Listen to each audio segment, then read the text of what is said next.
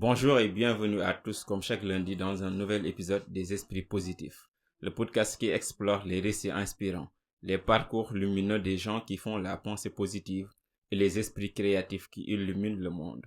Le podcast qui va à la rencontre des personnes qu'on qualifie d'ordinaires, mais qui en réalité font des choses extraordinaires.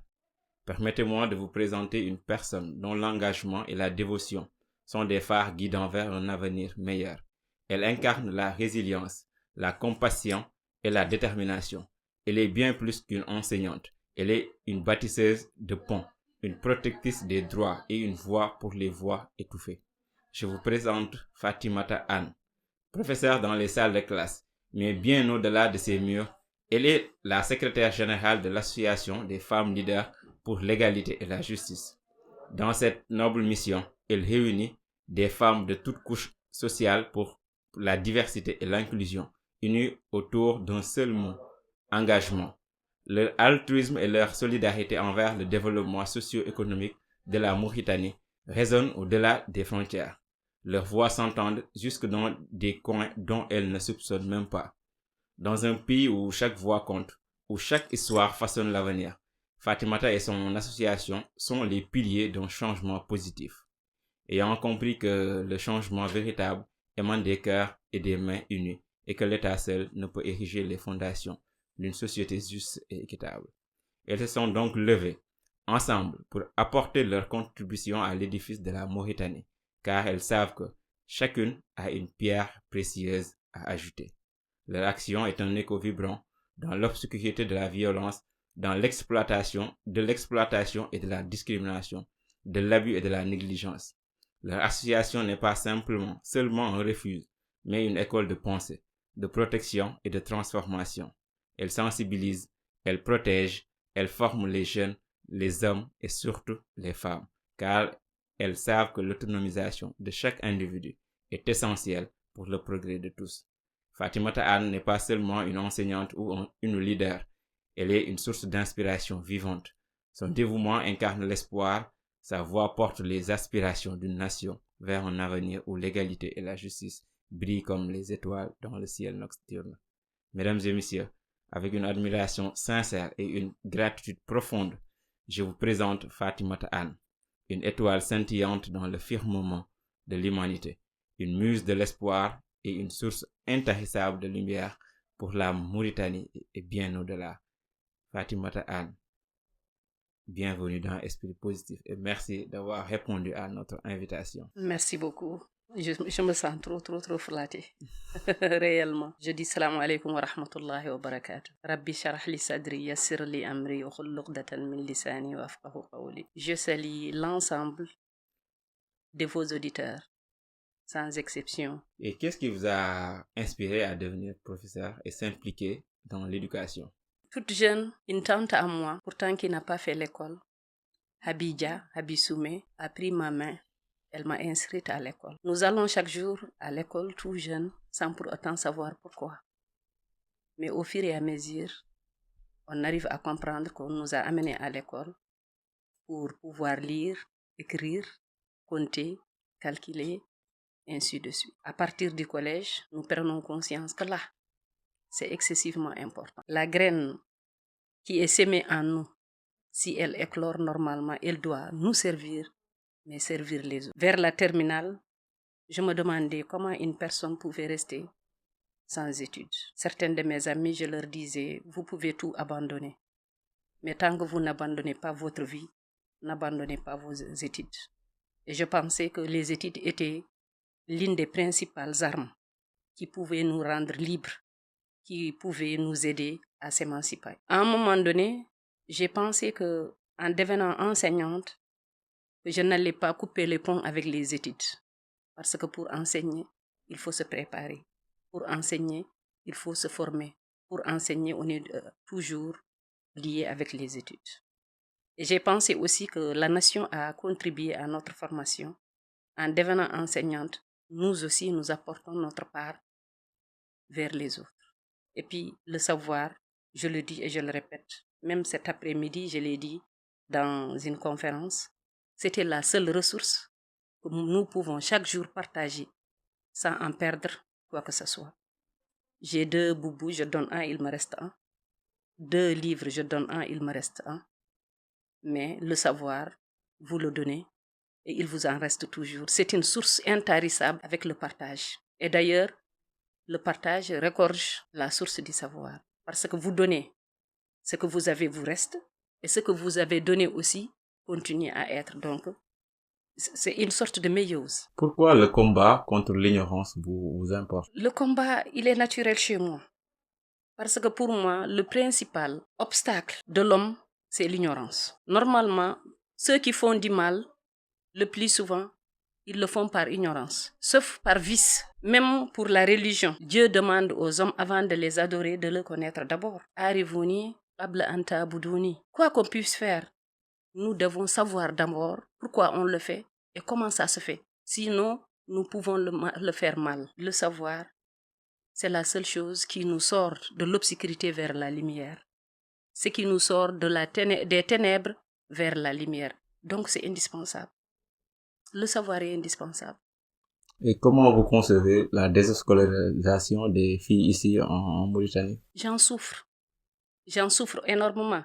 Et je dis très souvent en arabe, al-jahlu, wal-faqru, ce qui veut dire l'ignorance. C'est une combinaison de l'ignorance, de la pauvreté et, comme on dit, de la joie.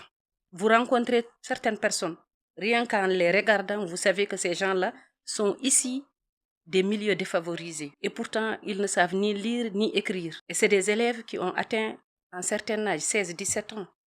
Et ils sont heureux. Ça m'empêche de dormir. Je me demande comment on peut être ignorant, pauvre et fier.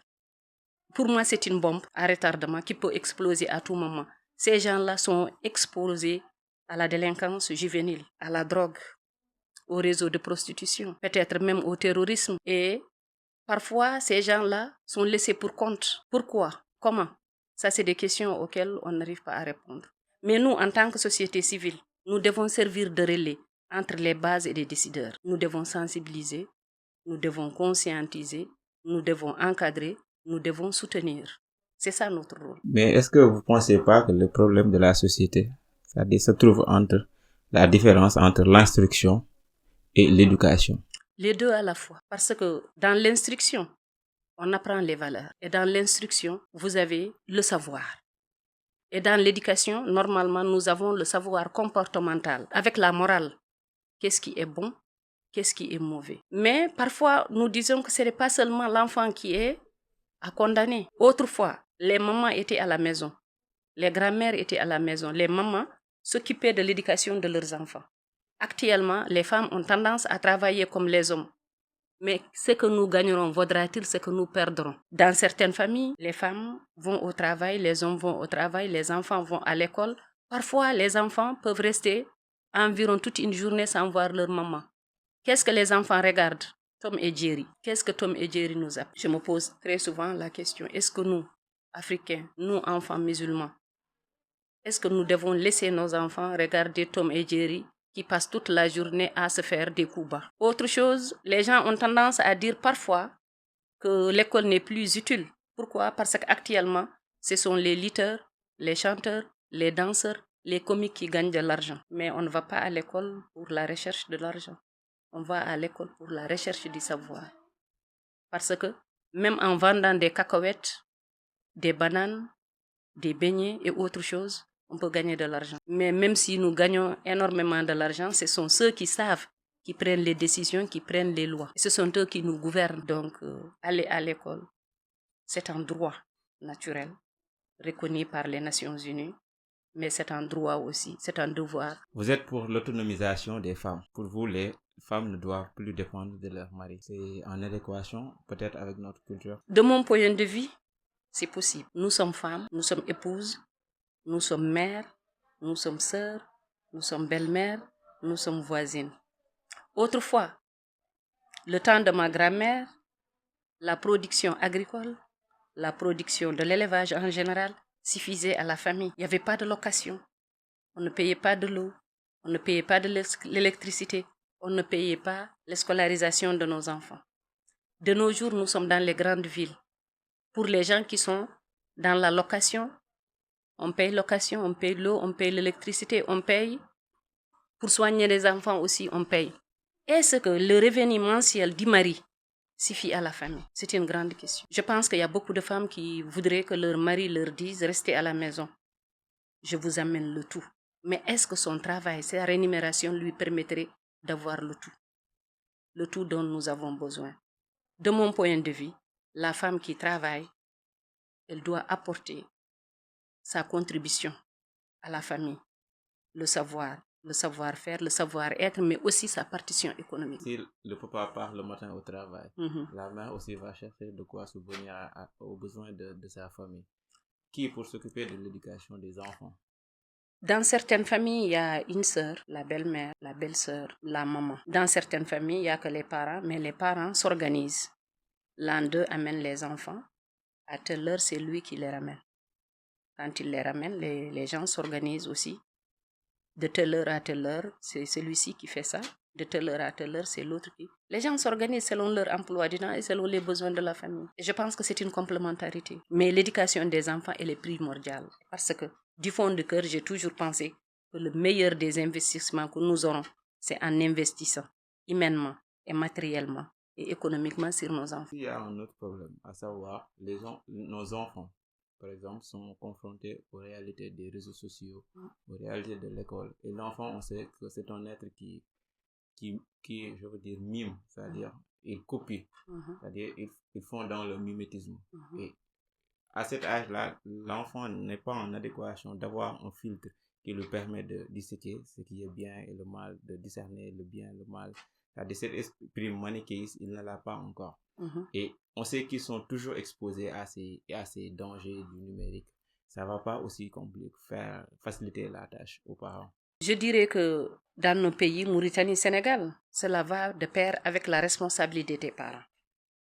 Avant un certain âge, notre enfant ne doit pas avoir un portable à lui. Ça, c'est mon principe. À partir d'un certain âge, avant 16 ans, moi, je dirais qu'il ne faut pas donner un portable à l'enfant. Le portable, il nous sert. C'est un outil très important. Il nous a amené de n'importe quoi. Mais aussi, il peut nous mettre en danger carrément. Ne serait-ce que la radiation. C'est déjà dangereux. La radiation à elle seule, c'est déjà dangereux. Et maintenant, les sites. Ce qu'il y a dans les sites, tout du bon et tout du mauvais peut être dans les sites. Mais votre enfant vit de la manière dont vous l'avez habitué. Si je me traduis en wolof ou en français, on dit qu'on modèle le banco pendant qu'il est mou. Vous avez un enfant, vous lui donnez l'habitude de faire tout ce qu'il veut, de 0 à 5 ans, de 0 à 10 ans. À partir de 10 ans, vous voulez changer ses comportements, ça ne passe pas, ça casse. On dit aussi que ça dit bingelma, nangirta mo dubuji. So mauni o wonta kanye. Si vous aimez votre enfant, le bas âge, vous considérez que c'est de la bouse, ça n'a pas de valeur. Vous la malmenez. Vous la menez à votre guise. Ce n'est pas ce qu'il veut que vous faites, mais vous lui faire faire ce qu'il doit faire. Et quand il grandit, il devient de l'or. Mais si vous avez votre enfant, à chaque fois qu'il veut quelque chose, vous le lui faites de 0 à 10 ans. À partir de 10 ans, ce n'est plus la peine d'essayer de changer. Il est déjà modelé. Normalement, votre enfant doit regarder les émissions que vous avez choisies. Il doit regarder la télévision, les heures que vous avez choisies, les moments que vous avez choisis. À partir de ces heures-là, vous arrêtez. Nous avons des cas. J'ai une tante qui est là. Elle est professeure, son mari est banquier. Le premier jour de l'année scolaire, il n'y a plus de télévision. Le premier jour de l'année scolaire, il n'y a plus de télévision. Jusqu'à Noël et Pâques. Après, les vacances, ils sont libres. Chaque année, ils ont au moins 3 ou 4 admis du bac. Maintenant, toute la famille envoie leurs candidats chez eux. Il n'y a pas de télévision. Vous êtes content, il n'y a pas de télévision. Vous êtes mécontent, il n'y a pas de télévision. On vous donne tout ce dont vous avez besoin pour vos études. Mais il n'y a pas de télévision. Maintenant, il faut donner la télévision à vos enfants quand ils veulent, la connexion à vos enfants quand ils veulent, comme ils veulent. Et vous voulez qu'ils fassent des résultats? Comment? Sont-ils des magiciens? Même nous, les professeurs, quand nous sommes acharnés à la connexion, au travail, sur le YouTube, sur WhatsApp, sur autre chose, nous avons des difficultés.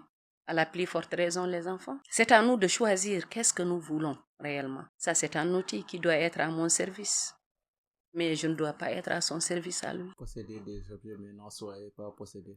J'aime la magie de l'électronique. J'aimerais même avoir un petit appareil qui me permet de marcher sans bouger.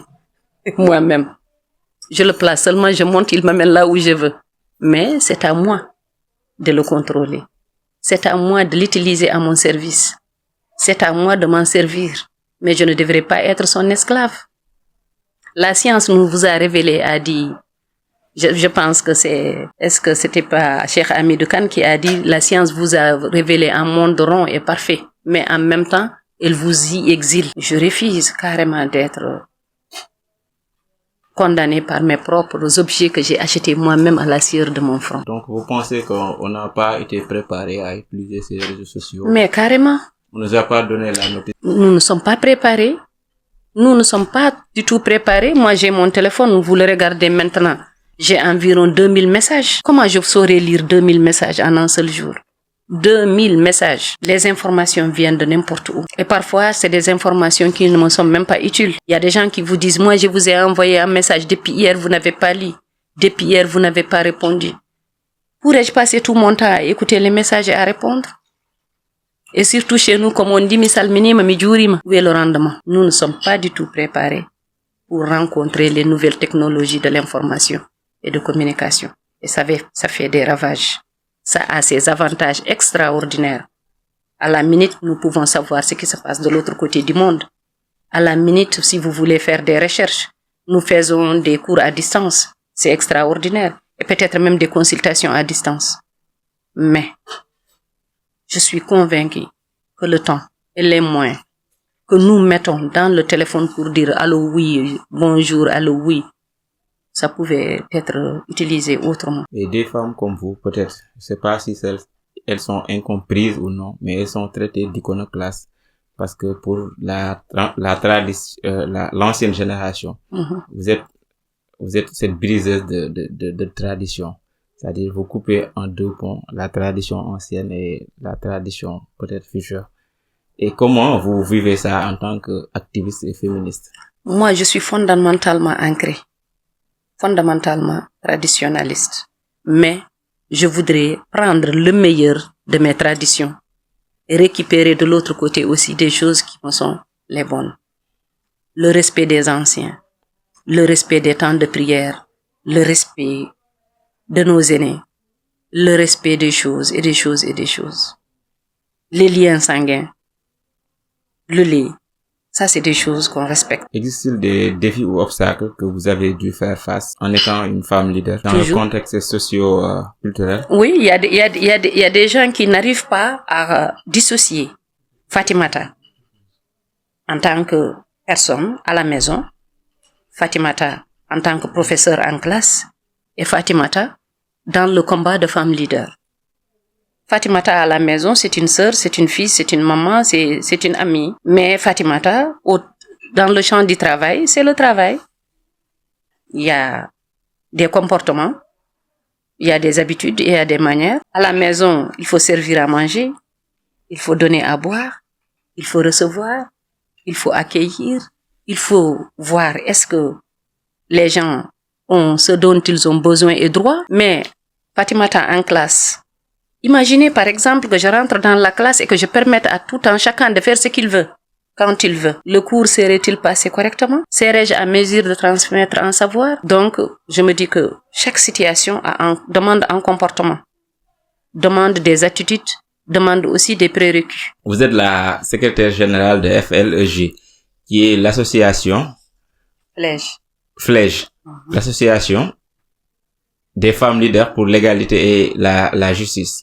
Quel est son but? L'association des femmes leaders pour l'égalité et la justice a pour objectif d'assister la société mauritanienne en général, les orphelins, les familles économiquement diminuées, les victimes en général, sans exception. Et nous avons pensé que nous pouvons aller vers le développement. Comment? Chaque petite activité que nous menons, si elle peut être bénéfique pour les bénéficiaires, nous faisons déjà un pas en avant. Éduquer, sensibiliser, encadrer, financer, soutenir, entretenir. même un sourire peut être plus ou moins bénéfique pour certaines personnes. Parce qu'il y a des gens qui souffrent énormément parce qu'ils n'ont pas rencontré une personne qui arrive à les comprendre, qui arrive à leur montrer de l'amour, de l'affection. Quels sont les défis que vous faites face? Énormément de défis. Énormément de défis. L'insalubrité, le manque d'eau, une masse énorme d'enfants qui ne sont pas scolarisés, des filles qui abandonnent l'école, des filles qui sont agressées et des femmes aussi, des enfants talibés qui passent la longueur de la journée, qui marchent les pieds nus sous le soleil, qui demandent de l'argent, qui sont exposés à plusieurs choses, la délinquance juvénile, comme je le disais tout à l'heure, ils peuvent être violés et violentés, c'est énorme. Vous avez des femmes qui parfois ne savent pas comment gérer même leur propre hygiène au quotidien. Nous en avons de ces gens-là. Nous avons des gens qui vivent dans des abris excessivement pénibles. Pendant l'hivernage, il y a des gens qui sont dans l'eau, carrément dans l'eau. Il y a des quartiers qui manquent de l'eau, manque crucial de l'eau. Il y a des gens qui savent même pas quand ils sont malades comment aller se soigner et parfois ils n'en ont pas les moyens. Il y a environ 2 ou 3 ans, nous avons rencontré une femme. Ce jour-là, presque toutes les femmes leaders ont pleuré chaudes de larmes. La femme, elle est âgée. Elle a au moins 70 ans. Elle dit qu'elle avait un seul fils. Le fils est décédé. La vieille est restée avec sa belle-fille et les enfants. Quelques mois plus tard, la belle-fille aussi est décédée. La vieille est restée sans revenir avec ses petits-enfants. Ce jour-là, on était perturbés. Il nous est arrivé de faire des distributions de vivres. Quand on rentre dans une maison, rien qu'à voir le décor, nous savons que ces gens-là, ils ont besoin de l'aide. De ce côté-là, il y a des gens qui n'arrivent même pas à manger 3 fois par jour. De l'autre côté, vous avez des gens qui peuvent dépenser la ration alimentaire de tout un quartier pour un événement. Nous avons 2 Nouakchott, 2 peuples, 2 communautés, et qui vivent côte à côte, et qui ne se touchent pas. Mais nous, les femmes leaders, comme nous rentrons un peu partout, nous les voyons. Il y a des gens qui ont même des difficultés pour avoir de l'eau potable. Dans certains quartiers, il y a pas. Les femmes leaders, parfois, arrivent avec des citernes et distribuent de l'eau. Le mois de Ramadan, on arrive à, nu ñuy waxee en wolof, dajale sunu laalo ak sunu xorom. On essaie de les assister. Mais vous avez envie de revenir demain. Vous avez aussi envie de revenir le lendemain. Parce que ces gens-là ont besoin de nous. Si on n'est jamais allé à l'école sans prendre son petit déjeuner, si nous n'avons jamais dormi sans manger le soir, peut-être nous ne pouvons pas comprendre ce que vivent ces gens-là. Mais il y a des gens qui souffrent. Et c'est des gens qui sont nobles de naissance. Il n'est pas donné à n'importe qui de tendre la main. Il n'est pas donné aussi à n'importe qui de dire « donnez-moi ». Et parfois même, s'ils demandent, est-ce qu'ils auront quelqu'un qui leur donnera en retour? Et ceux qui donnent, que demanderont-ils en retour? C'est des grandes questions. Si on dit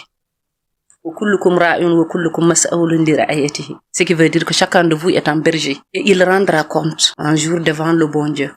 Je me demande si les présidents, si les décideurs, si doivent dormir tranquilles sous leur laurier. En étant une association qui regroupe en son sein toutes les couches de la société. Par exemple, comment vous parvenez à gérer les besoins de la femme avocate ne sont pas les mêmes avec les besoins de la vendeuse de cacahuètes au niveau du coin de la rue.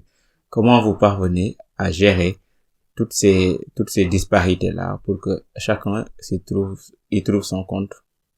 Au sein des femmes leaders, nous avons une ressource humaine très immense. Parce qu'au sein des femmes leaders, nous avons des enseignantes, des avocates, des journalistes, des teinturières, nous avons des secrétaires, sapeurs-pompiers et beaucoup d'autres. Mais nous avons aussi des femmes qui n'ont pas fait de formation. Nous avons même des femmes qui ne savent ni lire, écrire. Mais leur volonté d'être avec nous suffit.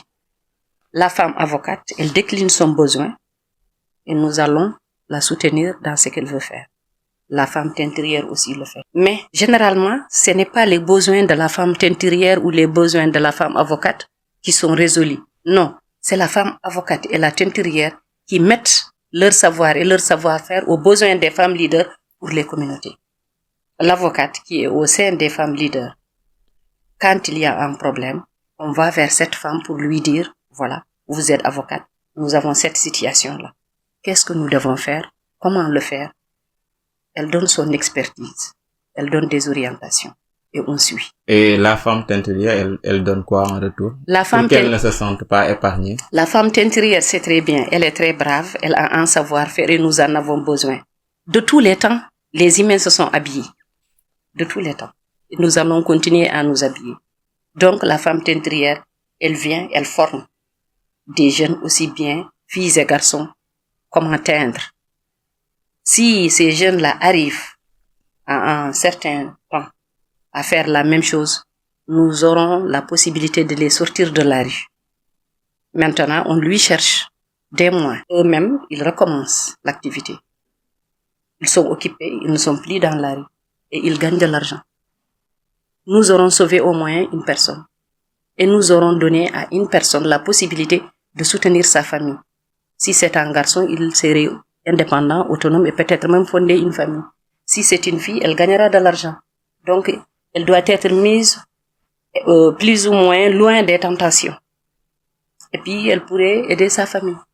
Nous avons la secrétaire générale adjointe. C'est une grande intellectuelle. Elle est teinturière. Parce que elle est teinturière de mère en fille. Et puis, elle a fait beaucoup de choses, énormément de choses avec la teinture. Orpheline de père, elle s'est acheté un terrain pour sa maman. Et puis, elle et ses frères ont construit la maison et ils y vivent. Rien qu'avec la teinture. Et rien d'autre qu'avec la teinture. Et quelles sont les conditions d'éligibilité pour entrer dans l'association? Si je suis une femme, je veux entrer dans l'association, je veux participer aux œuvres de l'association. Il y a des conditions d'éligibilité.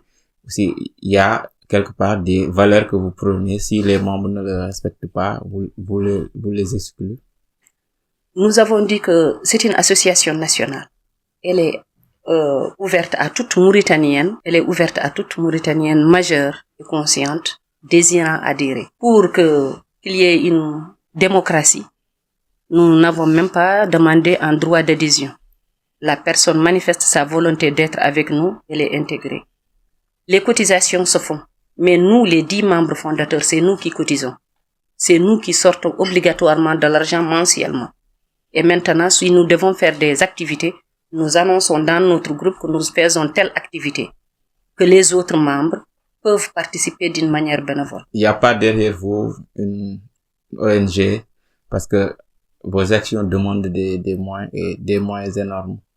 Est-ce que seulement les cotisations peuvent suffire pour gérer tous ces besoins? Jusque-là, nous avons fait nos activités avec nos propres moyens, nos cotisations, nos propres donations. Et parfois, notre présidente, machallah, elle est très active. Elle a des gens qui lui donnent des choses. Elle amène au nom de l'ONG. Nous avons 2 ou 3 fois demandé des financements avec des études faites bancables, mais malheureusement, on n'a pas été éligible. De toute façon, on continue. Et puis, personnellement, moi, j'ai été formée pour être efficace sans argent par le Lead Afrique francophone. En fonction de l'environnement, j'essaie de trouver des réponses à mes besoins, comme tout à l'heure. On regarde l'environnement et puis on cherche ce que nous pouvons apporter de plus ou d'utile pour nous-mêmes. On transforme. Rien ne se crée comme a dit Lavoisier, mais tout se transforme. Qu'est-ce que vous a le plus marqué depuis que vous êtes la secrétaire générale de l'association? Le jour où nous avons reçu notre récépissé, c'était un grand jour pour nous. Parce que beaucoup de gens nous ont dit, avec ce nom-là, vous n'aurez jamais votre récépissé. Femme leader pour l'égalité et la justice, vous n'aurez jamais votre récépissé. Je leur ai dit, qui veut, peut. Nous avons insisté, nous sommes partis, et puis voilà. Nous avons notre récépissé, nous sommes officiels. Et le blocus était dû à quoi? Pourquoi les gens ne croyaient pas? Ils ont pensé que dire femme leader pour l'égalité et la justice, c'était trop fougueux, c'était trop gros que l'État n'allait pas donner un récépissé ayant ce nom pour les femmes. Mais quand vous dites le jour où nous avons fait quelque chose de grandiose, le jour où nous sommes arrivés chez une femme qui est malade, qui n'était pas carrément top. Elle était dans un endroit pas du tout sécurisé et il paraît que les Soumarés, les Djala passaient là-bas parfois pour la violenter, pour satisfaire leurs besoins. La présidente a été informée, nous sommes venus, nous avons appelé le sapeur-pompier. Ça, c'est un grand jour. Le jour aussi où je raconte que nous avons rencontré une vieille femme sans revenir avec des orphelins, ce jour-là, on n'était pas satisfait d'avoir fait, mais on était ému de voir ça et de savoir que nous devons être à mesure de faire quelque chose. Et quels sont les projets futurs de l'association pour étendre son impact et renforcer son influence dans la société mauritanienne et même au-delà de la Mauritanie? Je me bats pour un petit projet. Je voudrais avoir des ordinateurs, un bus, des climatiseurs, un professeur ou des professeurs qui soient disponibles pour pouvoir mettre l'outil informatique et le net au service des élèves. Et je voudrais que ce bus-là fasse la rotation dans certains établissements. Et j'imagine que nous pouvons venir dans un établissement, donner des cours d'informatique, donner des attestations. Parce que là, j'imagine que beaucoup de choses ne peuvent plus se faire aisément sans les nouvelles technologies. Parfois, même nous, les professeurs, certains parmi nous ont des difficultés à faire leurs propres recherches dans le net. Donc, si on arrive à initier nos élèves dès le collège à l'usage de l'outil informatique, à pouvoir faire leurs propres recherches, nous pensons que ça peut leur être vraiment utile. Et quel conseil donneriez-vous aux jeunes professionnels qui souhaitent suivre votre vie ou bien votre carrière, qui veulent suivre votre pas, faire comme vous? Il faut être sérieux dans ce qu'on fait, ça c'est important. Mais il faut savoir aussi. Le prophète sallallahu alayhi wa sallam a dit que nous devons apprendre du berceau au tombeau. Nous ne finissons jamais d'apprendre. Chaque jour est une occasion pour apprendre. J'ai rencontré des jeunes ouest-africains. Vous rencontrez un jeune qui a 30 ans, qui a 2 EA différents. Nous, les Mauritaniens, quand quelqu'un a une licence, il est grand. Mais on peut être plus grand en apprenant d'autres choses encore. Mais apprendre ne suffit pas. S'instruire ne suffit pas. Il faut s'instruire. Mais il faut aussi savoir utiliser à bon escient ce que nous savons. Il faut aussi du patriotisme. L'amour de son pays. C'est important. Il y a une expression que je vous ai entendu dire la dernière fois. Vous disiez que mieux vaut être... Oui. Pour l'instruction, oui. Actuellement, avec le ballon, avec la lutte, avec la musique, il y a des gens qui gagnent énormément de l'argent. Les gens ont tendance à dire « Djang de nati navde »,« Djang amutul njeriñ ». Les études ne valent plus rien. Non.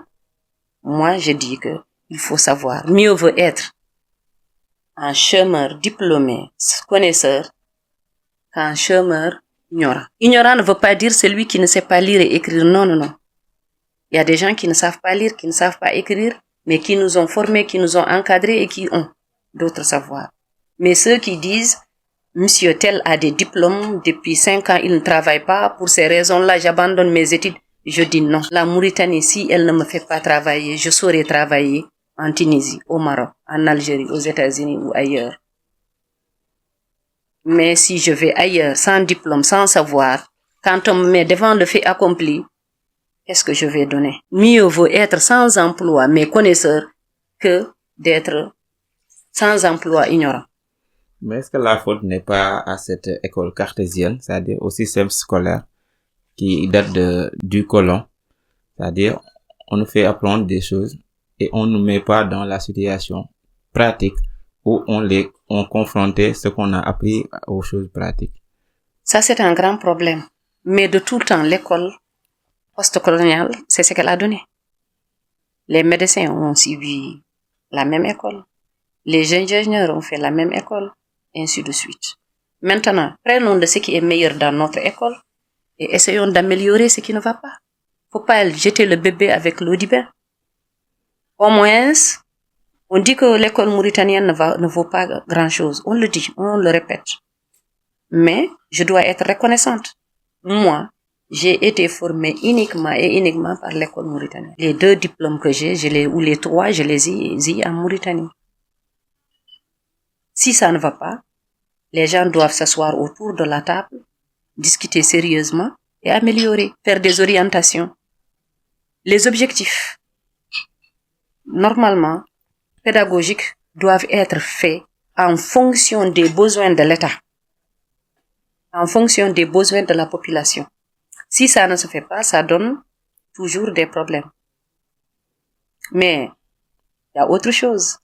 Nos pays, peut-être, souffrent. Pourquoi? Est-ce leur faute? Nous avons la crème, la jeunesse africaine, généralement, qui s'en va. Vous voyez des jeunes qui font l'école fondamentale, le collège secondaire, le lycée, l'université en Afrique. Ils sortent avec des diplômes. Ils vont faire le 3e cycle et ils ne reviennent pas. Vous leur dites, vous ne revenez pas, ils disent, quand je reviens, je ne trouve pas de travail. Qui perd? Le pays. L'autre, peut-être, il va arriver à subvenir ses besoins, va soutenir sa famille. Quand il revient, il peut être chômeur pendant 10 ans, 20 ans. C'est très difficile. J'en connais un qui a fait Moscou, qui est revenu. Puis, machallah, il était brillant. Mais au retour, qu'est-ce qu'il vend? Qu'est-ce qu'il fait? Il vend des chapelets pour pouvoir subvenir à ses besoins.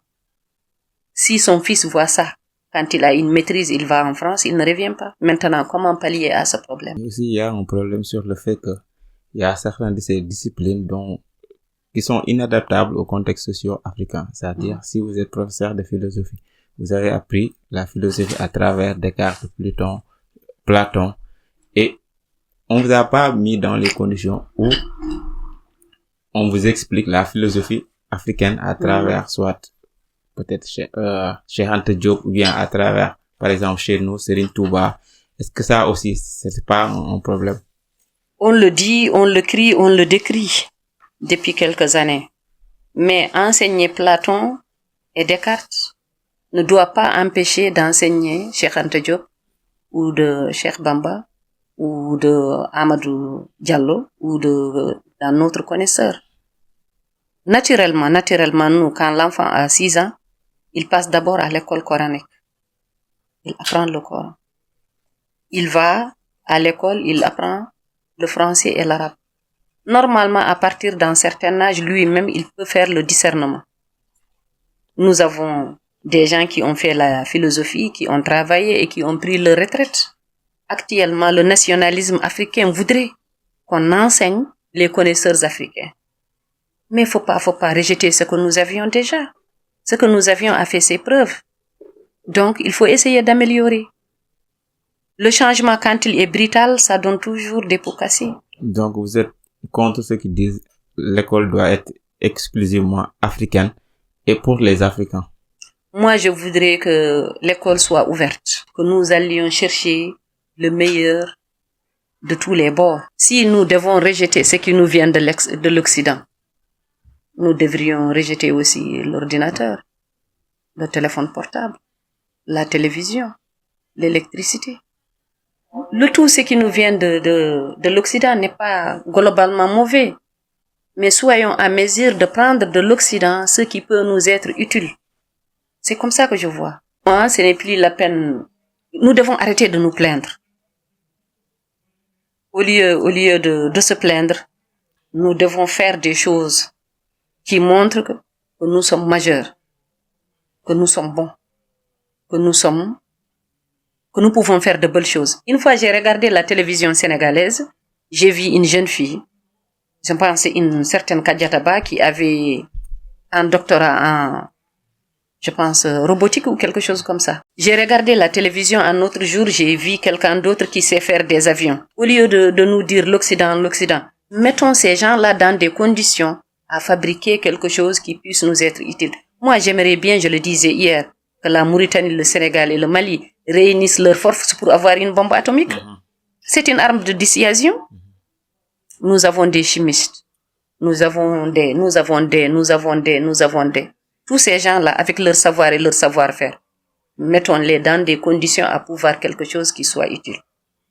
Et c'est possible. Le problème aussi va résulter du brainwash, du fil de cerveau. C'est-à-dire, il y a récemment, je pense que c'est un centrafricain, il avait créé une formule où on peut allumer la télé, l'ordinateur sans courant électrique. J'ai vu ça sur YouTube. Et c'est dommage.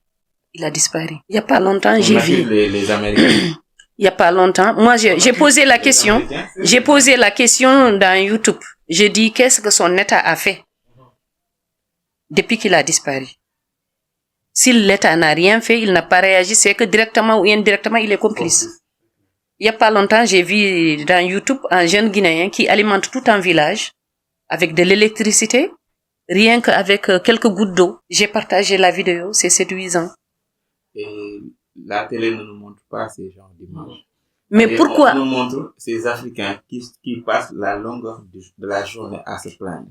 C'est-à-dire, l'Afrique ne se développe pas, l'Afrique n'émerge pas parce qu'il y a les Blancs qui nous ont colonisés. C'était depuis quand? Depuis 1960, depuis 1959. Et depuis lors, ça fait combien? 50 ans, 70 ans pour certains. Et on n'avance pas. C'est-à-dire, nous, on a cette mauvaise faculté d'accuser toujours l'autre. J'ai pas d'argent, je dis que c'est mon voisin qui est à l'étranger, qui m'en donne pas. Je suis malade, au lieu de regarder les véritables causes de mon maladie, je vais accuser le voisin du quartier, qu'il est un sorcier. Et ça fait pas avancer les choses. Si vous allez voir un médecin, la première chose qu'il fait, c'est d'établir le diagnostic. Après, une fois établi, le diagnostic établi, il va vous prescrire des soins. Après le soin, il va vous suivre pour voir s'il n'y a pas d'éventuelle chute. Mais nous, c'est-à-dire, on aime la facilité. On se culpabilise, ou on culpabilise les autres. On culpabilise les autres, c'est-à-dire la faute revient toujours. Mais on se responsable, on se dit que l'Afrique, c'est le continent qui a couvert le monde. La première vie sur Terre, ça vient de l'Afrique. Donc, pourquoi regrouper tous ces fils, regrouper tous ces filles autour d'un seul idéal, c'est-à-dire c'est faire émerger le continent.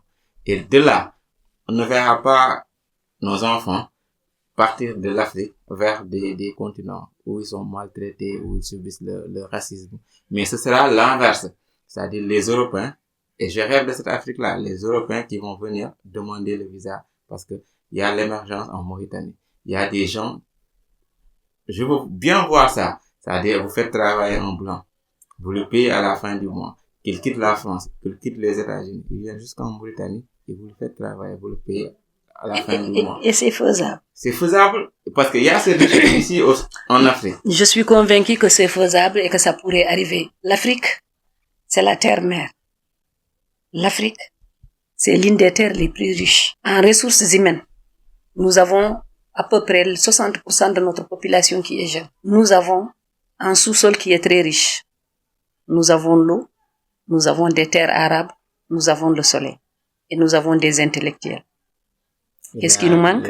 La ressource minière aussi. Oui, c'est ce que je dis, le sous-sol est très riche parce que quand on voudrait citer, peut-être qu'on va l'or, le fer, mais de tout ça, nous avons encore d'autres choses qui sont très intéressantes. C'est des cerveaux. Des savoirs, nous en avons. Je sais que nous en avons. Mais au départ, j'ai parlé de la citoyenneté, l'amour de la patrie. Ça, il le faut. Mais aussi, la France, nous sommes des colonies françaises. La France ne nous a pas appris à fabriquer ou à entreprendre. Mais si nous sommes majeurs, nous savons qu'il faut entreprendre, il faut faire, nous devons le faire. Et nous sommes capables de le faire. Moi, il m'arrive des fois de dire que c'est très difficile d'entendre chaque jour qu'une bonne partie de la population jeune africaine est restée dans l'océan, dans le désert. Pendant que nous avons l'eau, nous avons la terre, nous avons le soleil et nous avons d'autres ressources. Qu'est-ce qui nous manque? Des dirigeants qui aiment nos nations véritablement et qui aiment les populations véritablement et qui ont la volonté de bien faire, l'autre a fait de nous ce qu'il voudrait qu'on soit. Et il veut qu'on reste ce qu'il voudrait qu'on soit pour pouvoir nous utiliser, nous manipuler. Mais si nous sommes majeurs, c'est à nous de chercher comment s'émanciper. Comment s'émanciper? Hier, je le disais dans une conférence, il faut créer une bombe atomique, ou je ne sais pas quoi, nucléaire. Ce jour-là, vous saurez taper sur la table pour dire « je ne suis pas d'accord ». Halpulaar wi so neɗɗo luɓima guite ko to yiɗi ƴeewata. Qui vous prête les yeux, c'est à lui de vous indiquer où vous devez regarder. Le néocolonialisme, si les gens ont besoin de notre or, de notre poisson, de notre fer, de notre, directement et indirectement, il fait ou il défait les présidents en fonction des partenariats, du oui ou du non. Mais quand vous êtes fort, vous êtes très fort, c'est pas n'importe qui, il vous dit comment vous allez veiller à votre famille. Donc, il faut inverser la tendance. Halpulaar non wi ɓingel mboddi sene yiɗi mawnude suuɗoto. Ce qui veut dire que mboddi, ça peut être une vipère ou un typhon. Le bébé typhon, s'il voudrait vivre, il se cache. S'il ne se cache pas, il sort. Les enfants jouent avec lui. Ils peuvent le blesser ou le tuer. La grande personne, quand il voit un typhon, bébé typhon, il le tue. Si nos États pouvaient se rencontrer, peut-être même dans la cachette, se retrouver et décider. Nous avons des jeunes de grande valeur comme vous. D'hier à aujourd'hui, nous avons déniché beaucoup de jeunes cadres, des diplômés.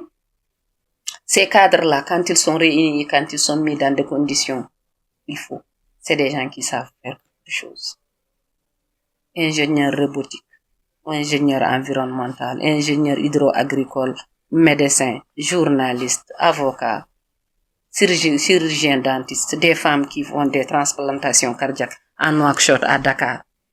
Cette crème-là, quand elle est mise dans de bonnes conditions, nous n'avons rien à envier aux autres. Moi, parfois, je me dis, mes chefs d'État, même s'ils ne savent pas innover, ils doivent être en mesure de copier. Que veut dire? Tu ne sais pas inventer, innover et tu ne sais pas imiter. Quand on a des ingénieurs, quand on a des médecins, quand on a des doctorants, quand on a des docteurs, il ne suffit pas seulement de les mettre ici. Ils travaillent 8 heures, 10 heures, on leur donne salaire, ils rentrent. Il faut créer des laboratoires. Il faut les mettre dans des conditions où ils peuvent faire quelque chose. Pendant la période de Covid, Mauritanie et Sénégal se sont illustrés. Je pense que le professeur Seydi, quand il a découvert comment soigner Covid, les Occidentaux n'en revenaient pas. Et pourtant, c'est un Africain. Ils sont même venus aussi voir comment on fait. Oui. Et puis, les projecteurs sont sur certaines personnes, il y a d'autres, et d'autres, et d'autres. Malheureusement, regarde ce que les gens font. Ils sont traités de voleurs des deniers publics. Nous avons ce problème-là. Moi, j'aimerais que, en politique, même si nous n'avons pas la même ligne politique, nous n'avons pas la même position politique, si vous faites quelque chose de bon, les gens doivent apprécier les choses à juste valeur. Nous ne sommes pas de la même tendance, nous ne sommes pas du même parti politique, mais quand vous faites du bien, les gens doivent apprécier. Et quand vous faites du mal, on vous dit ce que vous avez fait ne serait pas bon. Sinon, le reste, c'est du nihilisme. Mais, le plus grand problème dans ça, c'est de l'ignorance. Les gens ont été taxés de détourneurs du fonds public. Mais vous, en tant qu'intellectuel, vous n'êtes pas convaincus. Mais ceux qui ne savent pas ce qui se passe, ce sont eux qu'on peut embobiner. Donc, il y a l'ignorance à la base. Le principal mal, c'est l'ignorance. On arrive maintenant aux questions à réponse rapide. Quelle est la définition de la richesse?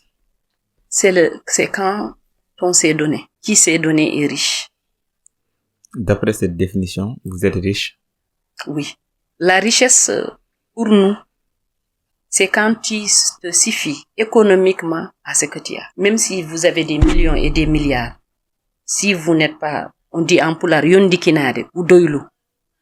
Si vous ne vous satisfaisez pas de ce que vous avez, vous êtes pauvre. Si vous avez des millions, des milliards, si vous ne savez pas partager, vous n'avez pas la possibilité de l'utiliser à bon escient, vous n'êtes pas riche. Parce que cette richesse-là, on dit en Halpulaar, Allah hada, dañ la ko won, ba pare tere la ko. Comment aimeriez-vous que les gens se souviennent de vous et de votre parcours? Une personne généreuse. Si aujourd'hui était la fin de votre vie, est-ce que vous seriez contente de votre passage sur Terre? Oui, mais j'aimerais bien accompagner ma maman le plus longtemps possible. Longue vie à toi, longue vie à vous deux. Merci. Si vous avez la possibilité d'écrire un message et que tout le monde le voit en même temps, ce serait quoi? Battez-vous pour rendre vos conditions de vie meilleures. Ton plus grand regret? J'aimerais bien être à mesure de changer la vie des autres en situation meilleure. Je regrette quand je vois des violences. Ça me fait mal. Les gens souffrent. Je suis très sensible.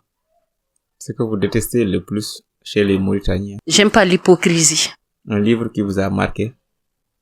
Ils sont nombreux. J'ai lu La vie et enseignement de Thierno Bokar, écrit par Amadou Hampateba. Ça m'a beaucoup marqué. L'aventure ambiguë de Cheikh Hamidou Kane, que je cite très souvent. Mais j'ai lu toute jeune un livre, c'est écrit par René Barjavel, La tempête. Ça m'a beaucoup marqué. Je l'ai lu adolescente. Une personne que vous aimeriez qu'on invite dans Esprit Positif? Ils sont très nombreux. Un message d'espoir à cette jeunesse qui vous écoute. Qu'avez-vous envie de leur dire? Je veux dire que il faut se cultiver. Il faut apprendre. Il faut s'instruire. En pulaar, on dit, gandal, ko fam danafa, ewa lammina, ko fam danafa, ewa soura. Le savoir, quand il est peu, il vous aide. Et quand c'est beaucoup, def lay may sutura. C'est déjà la fin de l'histoire, parce qu'on a été emporté par le sens de vos propos. Il y a aussi ce qui m'a marqué chez vous. Vous êtes une personne très généreuse. Vous avez un grand cœur. Et la notion du partage dont vous faites allusion, je peux le témoigner ici. Parce qu'on s'est parlé, vous m'avez jamais vu, on s'est parlé uniquement au téléphone. Et j'ai reçu énormément de recommandations venant de vous pour que notre émission aille de l'avant, pour que aussi d'autres personnes de valeur puissent venir ici partager aussi leur histoire, leur savoir, et c'est quelque chose qui m'a énormément touché. Voilà, j'ai jamais vu une personne aussi généreuse que vous. Et pour ça, au nom de toute l'équipe, je tiens à vous remercier, et l'aventure avec vous ne fait que commencer. Quel est le mot de la fin? Je peux dire autre chose. Vous savez, la Mauritanie, comme presque tous les pays de la sous-région, regorge de personnes valeureuses, de personnes compétentes et de personnes qui savent de très bonnes choses. Mais malheureusement, nos médias ont la tendance de montrer ceux qui chantent. Nous avons besoin de la chanson. Ceux qui dansent, nous avons besoin de la danse. Mais nous ne devons pas passer tout notre temps. J'aime la danse, j'aime la musique. Mais nous ne devons pas passer tout notre temps à chanter et à danser ou à montrer des gens qui chantent et dansent seulement. Parce que les enfants ont des idoles. Les enfants copient. Montrez ces jeunes ingénieurs, ces jeunes filles qui ont des DEA et qui sont aptes, ces jeunes femmes qui font des transplantations cardiaques, des transplantations rénales, ces gens-là qui sauvent des vies, ces gens-là qui se battent contre l'ignorance. Je pense que nos télévisions, nos radios devraient toujours les mettre au devant de la scène. Mais aussi, on montre les guerres, on montre la famine, on montre des désastres. Je regarde la télévision, il m'est très rare de voir France 24 montrer un attentat qui s'est passé en Europe et montrer du sang. J'ai jamais vu. Je fais attention à ça, j'ai jamais vu. Mais il suffit qu'il y ait une petite goutte de sang en Afrique, on montre le sang, on montre. Les Occidentaux nous donnent cette mauvaise image-là. Et nous-mêmes, nos télévisions répercutent la même chose. Pourquoi? Est-ce que ces gens-là ne sont pas formés pour pouvoir défendre l'Afrique? J'aime l'Afrique énormément. Et j'aime la Mauritanie énormément, comme j'aime le Sénégal, le Mali et autre chose. Et je sais que les gens ont des compétences. Et des gens ont des gens sur le plan savoir, sur quel on peut compter. Et je vous remercie. Le plaisir est partagé. En cet instant de grâce qui conclut notre échange, permettez-moi de laisser s'épanouir la gratitude dans mon cœur tel un jardin fleuri. À Fatimata Anne, véritable phare d'inspiration, je vous adresse des remerciements empreints de reconnaissance. Merci. Pour avoir partagé avec nous la lumière de votre savoir et la richesse de votre expérience. Votre générosité, telle une fontaine intarissable, a abreuvé nos esprits assoiffés de connaissances. Et nous en sommes infiniment reconnaissants. À vos auditeurs précieux, Mauritaniens, gardiens des traditions et des valeurs de notre terre, nous vous donnons rendez-vous. Nous vous rendons hommage pour avoir ouvert les portes de votre accueil et de votre hospitalité à nos paroles. Votre chaleur humaine a enrichi notre voyage et nous a rappelé la beauté et la diversité de notre humanité commune. Je ne saurais oublier de saluer l'équipe technique, ces artisans de l'ombre qui ont façonné cet instant de magie avec une précision d'orfèvre, abandonnant leur ombre pour se fondre dans la lumière de cette aventure commune. Je pense bien sûr à Am, le coordinateur, le chef d'équipe, Laï, le réalisateur et monteur, Moufti pour la partie informatique. Et pour clore cette parenthèse enchantée, je vous donne rendez-vous la semaine prochaine, là où les étoiles de nos pensées se rejoignent pour danser à nouveau dans le firmament de nos esprits. Et comme une douce mélodie qui nous accompagnera jusqu'à notre prochaine rencontre, je vous offre ces mots de Rumi. L'éducation est la lumière nécessaire, la clé qui ouvre les portes de la vie et le trésor qui ne peut être ni donné ni volé. Dans cette symphonie de savoir et de sagesse, continuons ensemble à cultiver les jardins de nos âmes. Merci et que la magie de la vie nous enveloppe de ces 12h30 jusqu'à notre prochaine rencontre. Peace and one love.